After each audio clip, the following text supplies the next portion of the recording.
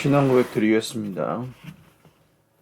전능하사 천지를 만드신 하나님 아버지를 내가 믿사오며 그 외아들 우리 주 예수 그리스도를 믿사오니 이는 성령으로 잉태하사 동정녀 마리아에게 나시고 본디오 빌라도에게 고난을 받으사 십자가에 못 박혀 죽으시고 장사한 지 사흘 만에 죽은 자 가운데서 다시 살아나시며 하늘에 오르사 전능하신 하나님 우편에 앉아 계시다가 저리로서 산자와 죽은 자를 심판하러 오시리라.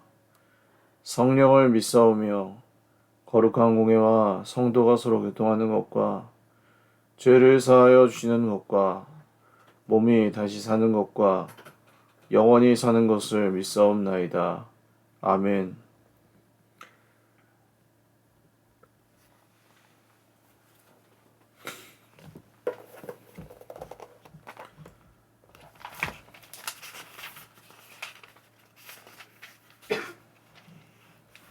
찬송가 200장 찬송 드리겠습니다. 찬송가 200장입니다.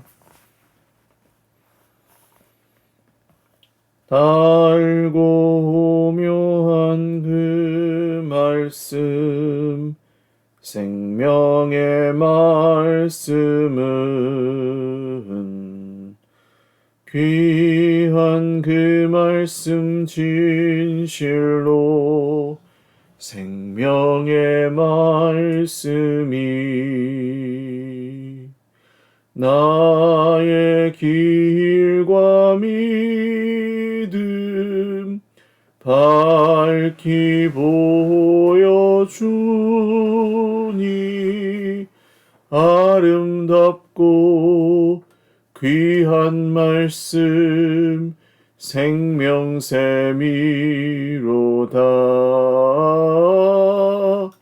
아름답고 귀한 말씀 생명샘이로다.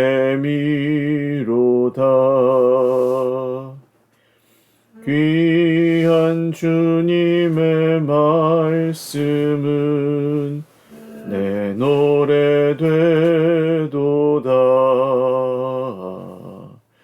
모든 사람을 살리는 생명의 말씀을 값도 없이 받아 생명길을 가니 아름답고 귀한 말씀 생명샘이로다. 아름답고 귀한 말씀 생명샘이로다. 널리 울리어 퍼지는 생명의 말씀은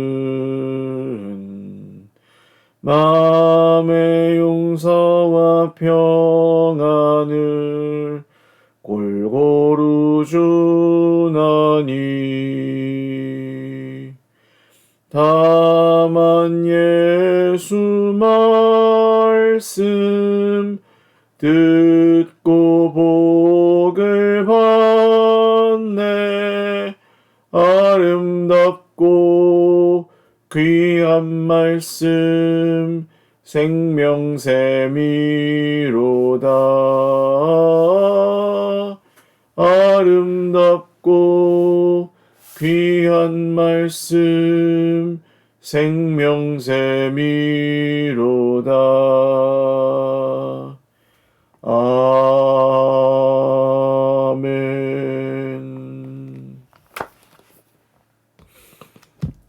하나님 말씀 디모데후서 1장 1절에서 8절까지 말씀입니다. 디모데후서 1장 1절에서 8절까지 말씀입니다. 한 목소리로 읽겠습니다. 하나님의 뜻으로 말미암아 그리스도 예수 안에 있는 생명의 약속대로 그리스도 예수의 사도된 바울은 사랑하는 아들 디모데에게 편지하노니 하나님 아버지와 그리스도 예수 우리 주께로부터 은혜와 긍휼과 평강이 내게 있을지어다. 내가 밤낮 간구하는 가운데 쉬지 않고 너를 생각하여 청결한 양심으로 조상적부터 섬겨오는 하나님께 감사하고 내 눈물을 생각하여 너 보기를 원함은 내 기쁨이 가득하게 하려 함이니 이는 내 속에 거짓이 없는 믿음이 있음을 생각함이라. 이 믿음은 먼저 내 외조모 로이스와 내 어머니 유니게 속에 있더니 내 속에도 있는 줄을 확신하노라. 그러므로 내가 나의 안수함으로 내 속에 있는 하나님의 은사를 다시 부릴 듯하게 하기 위하여 너로 생각하게 하노니 하나님이 우리에게 주신 것은 두려워하는 마음이 아니요 오직 능력과 사랑과 절제하는 마음이니 그러므로 너는 내가 우리 주를 증언함과 또는 주를 위하여 갇힌 자 된 나를 부끄러워하지 말고 오직 하나님의 능력을 따라 복음과 함께 고난을 받으라. 아멘. 기도드리겠습니다. 살아계신 하나님 아버지, 오늘 이 새벽에도 주님의 은혜와 변함없으신 사랑을 저희들이 받고 있습니다. 하나님이 우리와 함께 하시니 오늘도 우리가 살아갑니다. 다른 것을 의지해 보아도 거기에는 정답이 없었고 구원이 없었습니다. 오직 우리 주님께만 구원이 있는 줄을 믿고 오늘 우리가 마음이 완고하여지거나 고집을 세우지 않고 자기의 의를 주장하지 않고 하나님만 의로우시고 하나님만 왕이시고 하나님만 우리의 주인이심을 믿사오니 우리의 예배를 받아 주시옵소서. 예배 드리는 주의 백성들 모두에게 말씀에 약속하신 모든 복과 은혜를 넘치게 하사 은혜와 긍휼과 평강이 있으리라는 이 바울 사도의 문안 인사가 모든 성도들에게, 모든 형제 자매들에게도 전해지게 하옵소서. 감사하옵고 예수님의 이름으로 기도 올리옵나이다. 아멘. 할렐루야. 오늘도 하나님의 은혜와 평강으로 풍성한 하루 누리시기를 바랍니다.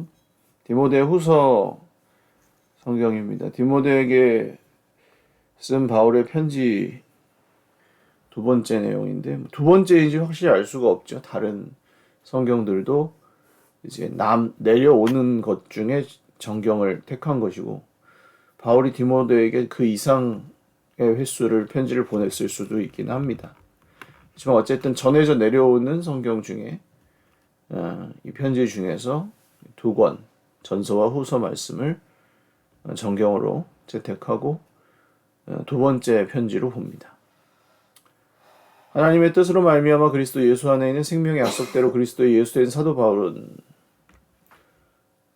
자기 자신을 소개할 때도 그냥 소개하지 않죠. 바울 사도는 하나님의 뜻으로 말미암아 그리스도 예수 안에 있는 생명의 약속대로 그리스도 예수의 사도된 바울은 세 부분이죠. 하나님의 뜻으로 말미암아 사도가 되었다.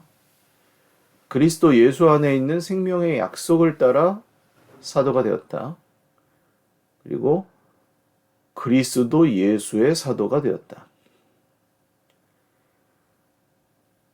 사도들뿐만 아니라 현대를 살아가는 우리 모든 성도들도 마찬가지입니다. 하나님의 뜻으로 말미암아 우리는 부름을 받아 성도가 되었고 자녀가 되었습니다. 제자가 되었습니다. 이건 사람의 뜻이 아니고 하나님의 뜻으로 된 거죠.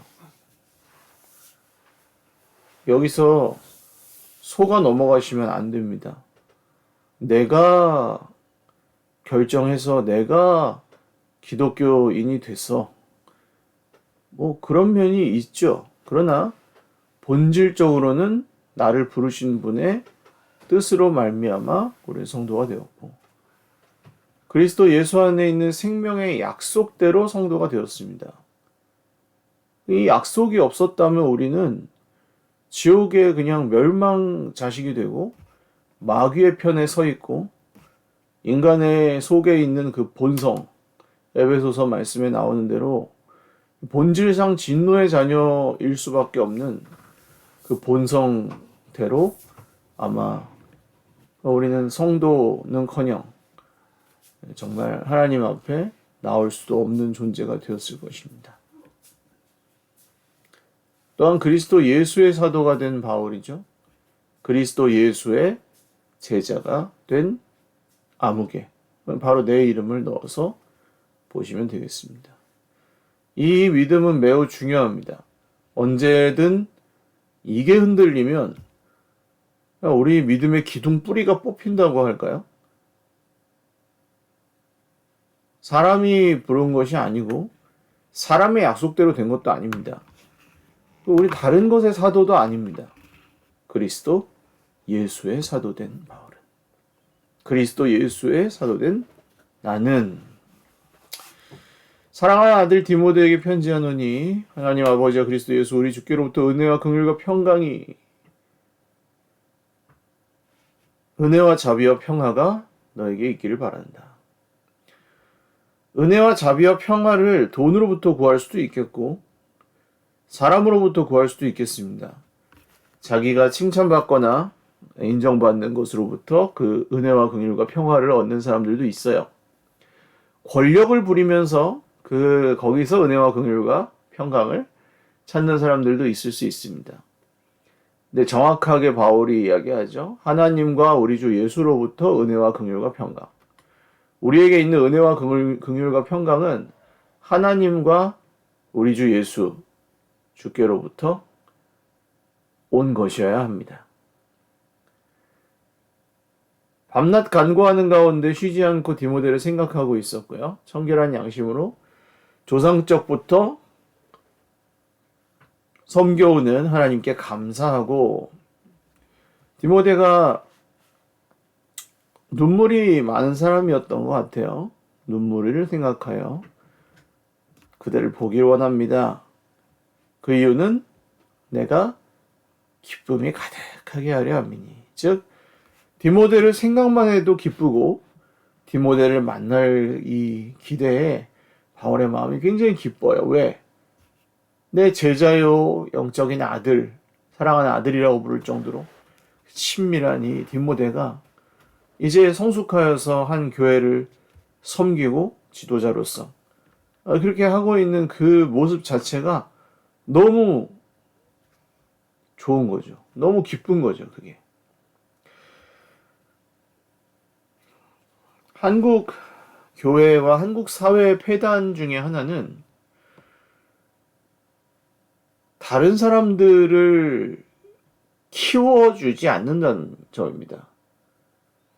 그러니까 예를 들어 누군가가 이렇게 좀 잘 되면 가만히 있다가도 잘 되는 그 순간부터 이렇게 너 옛날에 이런 사람이었잖아 하는 뭐 그런 게 등장하죠. 오죽하면 요새는 방송가에서 섭외를 할 때 옛날에 학폭하셨어요? 옛날에 혹시 뭐 이런 범죄가 있었어요? 그런 걸 먼저 물어본다니까 세상이 그야말로 말세는 말세인 것 같습니다.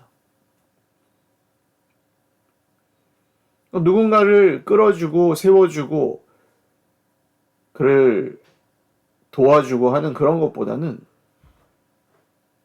경쟁에서 밀려나면 그냥 끝이고 내가 차지한 것은 어떻게든 끝까지 지켜서 그것을 자기의 권력과 힘으로 삼으려는 그런 게 사실은 한국 사회의 보편적이 된 문제라고 할 수 있겠습니다. 후배들을 키워주지 않는다는 거죠. 근데 하나님의 나라의 역사는 유구하죠. 그래서 후배를 키우지 않고서는 나 혼자 다 할 수 있는 게 아닙니다. 절대로. 천명 만명의 교회가 된다고 해서 그 다윗 목회자가 그 천명 만명을 다 목양한다고 할 수 있을까요? 절대 불가능하죠. 그 목회자는 다른 자기가 목양하는 다른 목자들, 그들에게 위임하고, 그들이 또 목자들은 또 다른 목자들에게 또 위임하고, 그렇게 해서 이 천명 만명을 목회를 하는 거지 혼자서 다 할 수는 없습니다. 그래서 이 후배, 믿음의 내 뒤를 따라오는, 내가 그의 영적 성장을 돕고 그가 또 자라난 다음에는 또 그 사람이 또 다른 사람의 영적 성장을 돕는 이런 구조가 교회 안에서 계속 되지 않으면 그 교회는 사실 정체되고 영적인 분위기가 계속해서 힘들어지가 내려갈 수밖에 없는 거죠.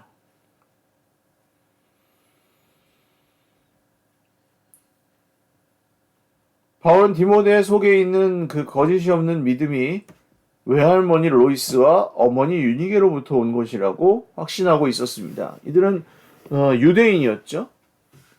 엄마가 유대인이면 유대인입니다. 유대인들은.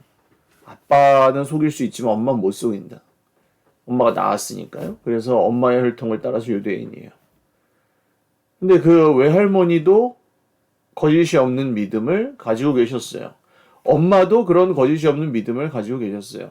바울 사도가 지나가다가 이 디모데를 데리고 가길 원하자 디모데는 바로 그 길에 헌신할 수 있었던 이유. 자, 이 어머니와 외할머니의 믿음 덕분이었을 것입니다. 그렇게 거짓이 없는 믿음을 가지고 눈물을 흘리며 예수님의 발자취를 바울을 뒤를 따라서 잘 따라왔던 디모데에게 바울은 다시 찾아가서 안수해 주어서 하나님의 은사를 다시 부릴 듯 하게 하려는 그런 목적을 가지고 있습니다. 하나님의 은사는 한 충만한 사람이 안수함으로 그에게서 다른 또 은사가, 그 안수 받는 사람에게서 그런 은사가 다시 부릴 듯 일어나게 될 수 있습니다. 그건 무슨 능력을 준다거나 임파테이션이라고 그러죠. 이렇게 밀어서 쓰러뜨린다거나 그런 것과는 관련이 없습니다. 그 눈에 보이는 거고요. 그런 건. 모든 것이 다 기적이라고 절대로 믿으시면 안 됩니다.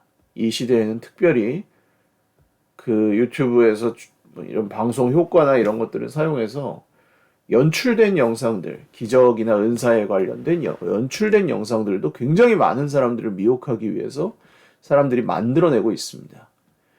그들의 이제 결국을 보시면 돈벌이를 해요. 그걸로 인해서 이제 팔고. 그걸 조심하셔야 되고. 그런데 이 안수함으로 하나님의 은사를 다시 부릴 듯하게 한다는 것은 무엇이냐 하면 바울 사도가 디모데를 방문해서 바울 사도의 영향력이 있겠죠. 예수님이 하나님의 나라가 임하였다 너희 가운데 그러면서 자기 자신을 가리키신 것처럼 바울 사도가 가는 모든 곳에서 하나님 나라의 영향력이 드러나는 겁니다. 그럼 그 영향력을 통해서 안수받은 디모데도 역시 어떻게 돼요? 아 그래 내가 이 목회가 좀 힘들고 정말 내가 몸이 안 좋고 디모데에게도 병이 있었죠. 자주 나는 속병 때문에 포도주를 가끔 써라. 그렇게 말할 정도로 이 디모데는 어떻게 보면 심약하고 굉장히 스트레스에 취약한 사람이었을 가능성이 높습니다. 근데 거기다 이제 그런 기간이 오래되다 보면 이를 부릴 듯 하는 은사가 아니라 그냥 완전 거의 꺼져가는 은사. 이 매너리즘에 빠진다든지 아니면 그 실패감에 완전 빠져서 낙심해 있다든지 이럴 수 있는 거거든요. 그래서 바울이 찾아가서 만나서 안수해주고 하나님의 은사가 너에게 다시 불붙듯 하게 되기를 원한다. 이것은 바울이 디모데를 사랑하기 때문에 했던 말이죠. 하든지 말든지 내버려둬. 이건 사랑이 아닙니다. 지가 알아서 하겠지. 아닙니다. 그가 뭘 가지고 사역을 하고 그가 뭘 가지고 그리스도인으로 살아가고 있는지를 바울은 계속해서 체크하고 또 가서 만나고 이런 일들을 계속했습니다. 그러므로 너는 디모데야, 내가 우리 주를 증언함과 주를 위하여 갇힌 자 된 나를 부끄러워하지 말고. 바울이 왜 부끄러움의 대상이 됐을까요? 우리는 바울 사도 하면 그냥 신약 최고의 사도 아닙니까? 근데 왜 바울이 이런 부끄러움의 대상이 될 수 있다고 얘기를 하는 걸까요? 바울의 대적자들 때문입니다. 율법주의자들, 유대주의자들, 이 그리스도인들이 그 외부 이방인들의 방해만도 너무 어려운데 바울을 늘 정말 죽도록 괴롭혔죠. 감옥에도 실제로 갇히기도 하잖아요. 근데 그런 것을 내가 전하는 복음도 또 감옥에 갇힌 나도 부끄러워하지 말아라. 디모데야, 감옥에 갇힌 나를 부끄러워하지 말아라. 그리고 내가 전하는 복음도 부끄러워하지 말아라. 이게 오늘 말씀의 결론이자 주제가 될 것 같습니다. 우리가 복음을 부끄러워하거나 복음을 전하는 자를 부끄러워하거나 싫어하거나 미워하거나 이렇게 되면 어떻게 되죠? 그 복음의 능력이 우리 속에서 나타날 수가 없어요. 하나님은 속지 않으십니다. 그래서 하나님께서 우리를 이 복 주시는 방법이 뭐냐? 복음을 위해서 살아가고 있는 사람을 우리 곁에 있게 보게 하셔서 그를 다 따라가는 것. 특별히 디모데는 여기서 리더였죠. 그러다 보니 오직 하나님의 능력을 따라 복음과 함께 고난을 받아라. 하나님의 능력을 따라서 복음과 함께 고난을 받아라. 이게 오늘 바울이 디모데에게 하고 싶었던 이야기였습니다. 고난, 싫어. 나는 고난 너무 이제 지겨워. 더 이상 고생하고 싶지 않아. 이런 게 우리의 생각이 될 수 있어요. 왜냐면 고생을 너무 많이 하니까. 근데 바울이 뭐라고 합니까? 은사가 부릴 듯 되어서 하나님의 능력을 따라서 복음과 함께 고난을 받아라. 아유, 디모데야 얼마나 힘드냐. 고난을 피해가라. 아니죠. 고난을 받아라. 복음과 함께. 왜 그렇습니까? 이미 영적 아비의 수준에 있는 이 디모데는 환경을 따라서 고난을 피한다거나 형편 따라서 그냥 살아간다거나 사람 눈치를 보고 복음에서 멀어진다거나 이래서는 안 되는 사람입니다. 오히려 죽고자 하면 살 것이요 살고자 하면 죽을 것이다가 정말 성경에는 적용되는 말이거든요. 너는 복음과 함께 하나님의 능력으로 고난을 받아라. 고난을 받을 때도 두 가지가 있는 거예요. 고난을 받으면서 하나님을 죽도록 원망하면서 하나님은 내 인생에 뭐 이런 일을 하시나 이따위로 하나님께서 일하시나 이렇게 생각하고 고난을 받는다면 그 고난은 나의 인생을 망가뜨릴 뿐이고 하나님과의 관계도 망가뜨릴 뿐이겠습니다. 그러나 하나님, 제가 지금 저의 인생에 고난이 있지만 제가 이 고난을 하나님이 주시는 능력으로 이겨내기를 원합니다. 능력으로 이겨내기를 원합니다. 하면서 그 고난 속으로 이렇게 뛰어드는 사람, 오히려 그 고난을 받는 사람의 그 고난은 굉장히 짧게 끝날 것입니다. 그리고 그 고난을 통해서 하나님께서 주신 선물을 받게 될 것입니다. 피하고 핑계를 찾고 어떻게든 주님 앞에 나가지 않으려고 애를 쓸 때 거기에서는 생명이 없어요.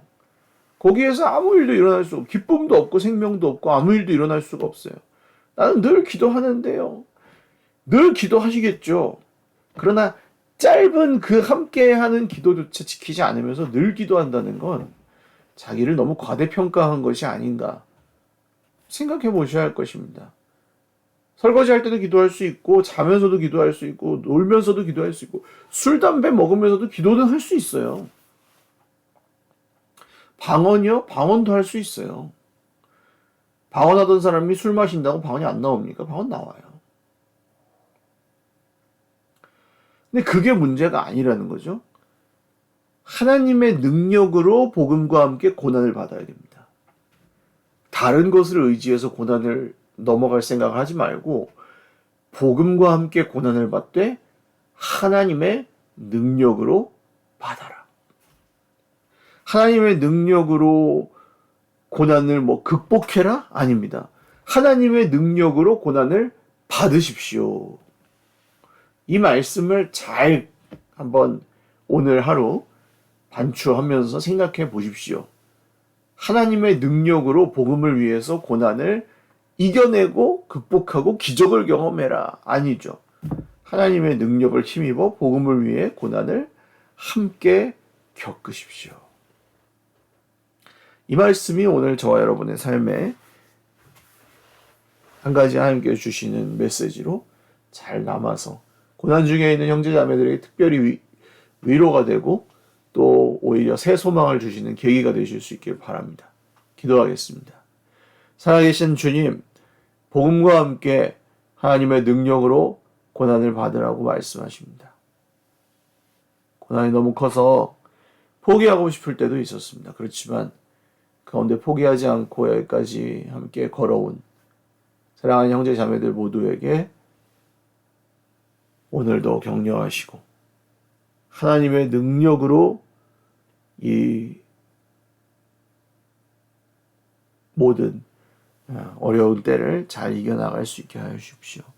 병원에 계신 우리 준영 형제를 기억하시고 암으로 치료받고 있는 모든 집사님 권사님들 기억하여 주시옵소서. 모든 것 감사하옵고 우리 구주 예수님의 이름으로 기도 올리옵나이다. 아멘. 네, 오늘도 하나님의 은혜로 풍성하고 건강하게 하루 보내시기를 바랍니다. 우리 김준영 성도님 위해서 계속 좀 기도해 주시고 암 환우들 기억하시면서 기도해 주십시오. 사랑하고 축복합니다.